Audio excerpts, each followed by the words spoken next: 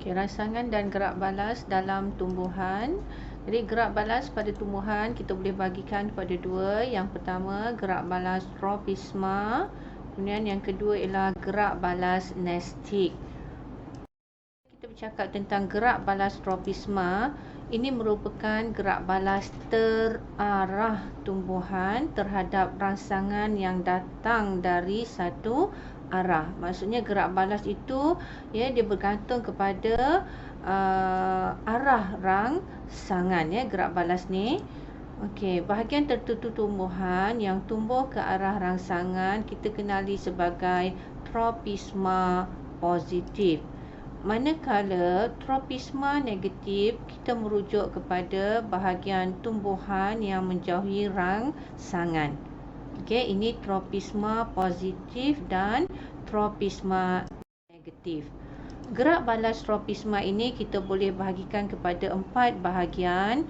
Yang pertama ialah fototropisma, hidrotropisma, geotropisma dan juga stigmotropisma. Bila kita kata fototropisma, rangsangannya ialah cahaya. Hidrotropisma, rangsangannya ialah air. Geotropisma, maksudnya gerak balas tumbuhan terhadap tarikan graviti. Manakala stigmotropisma, gerak balas terhadap rangsangan sentuhan. Okey, kita lihat dahulu fototropisma. Ini ialah merupakan gerak balas tumbuhan terhadap cahaya. Jadi pucuk tumbuhan, kita lihat pada rajah ni anak-anak pucuk tumbuhan menunjukkan fototropisma positif. Jadi fototropisma positif ini memastikan pucuk dan daun tumbuhan tumbuh ke arah cahaya supaya tumbuhan tadi mendapat cahaya matahari yang mencukupi untuk menjalankan proses fotosintesis. Manakala di sini akar tumbuhan menunjukkan fototropisma negatif, iaitu akar tumbuhan di sini akan tumbuh menjauhi rangsangan cahaya. Yang kedua kita lihat pula hidrotropisma, iaitu gerak balas tumbuhan terhadap air. Jadi di sini kita lihat akar menunjukkan hidrotropisma positif, iaitu akar akan tumbuh ke arah punca air. Gerak balas ini membolehkan tumbuhan tadi mendapat air dan mineral terlarut yang mencukupi bagi membolehkan proses-proses pada tumbuhan berlaku. Manakala pucuk pula menunjukkan hidrotropisma negatif. Seterusnya ialah geotropisma.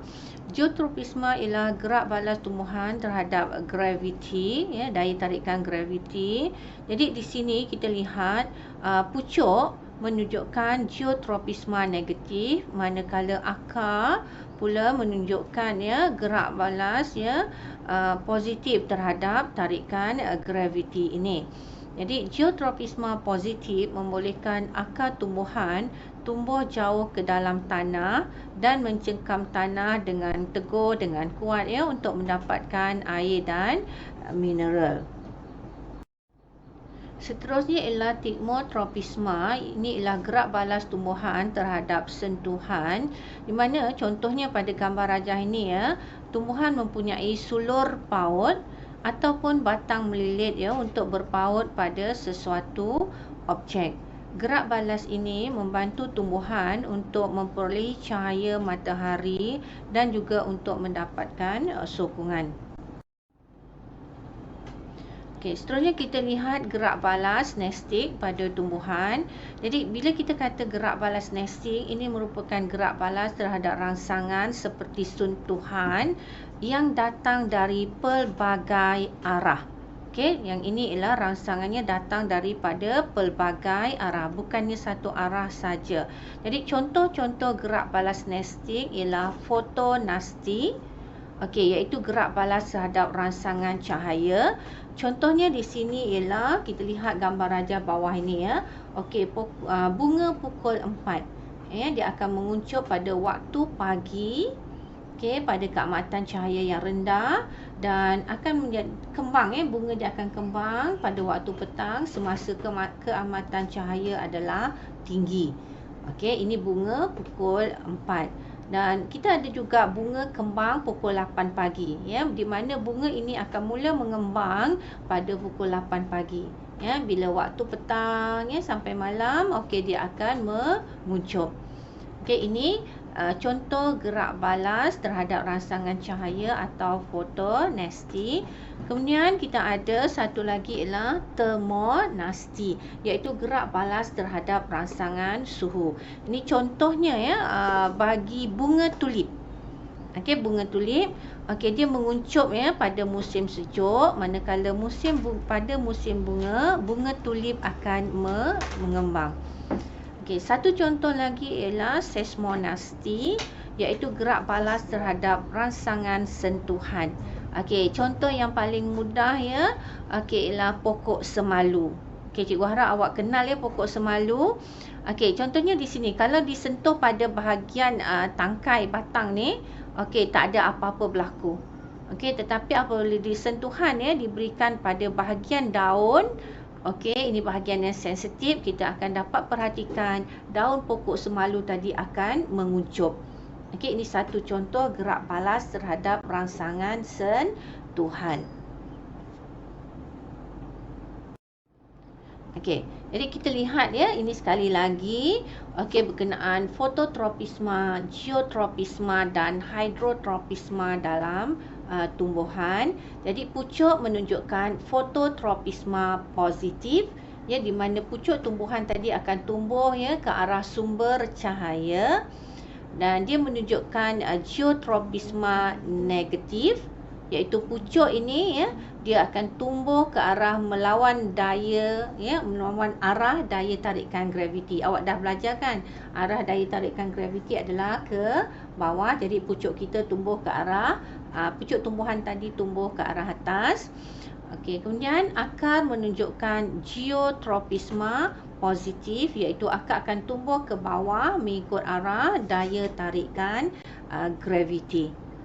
Okey, jadi secara keseluruhannya kita boleh simpulkan di sini bagaimana pucuk dan akar memberikan gerak balas terhadap rangsangan cahaya, graviti dan juga air. Okey, jadi kita lihat di sini pucuk dia menunjukkan gerak balas atau yang positif terhadap rangsangan cahaya ataupun fototropisma positif. Okey, geotropisma negatif, dan pucuk juga menunjukkan hidrotropisma negatif. Ini bagi pucuk. Ingat pucuk dia fototropisma positif, geotropisma negatif dan hidrotropisma negatif. Okey, manakala akar pula di sini dia adalah menunjukkan fototropisma negatif. Okey, geotropisma positif dan hidrotropisma positif. Jadi ingat anak-anak ini ialah bagaimana bahagian pucuk dan akar tumbuhan memberikan menunjukkan gerak balas terhadap rangsangan cahaya, graviti dan juga hidrotropisma air. Okey, itu aja untuk kali ini. Okey, sebarang pertanyaan boleh kemukakan dalam grup Telegram Terima kasih.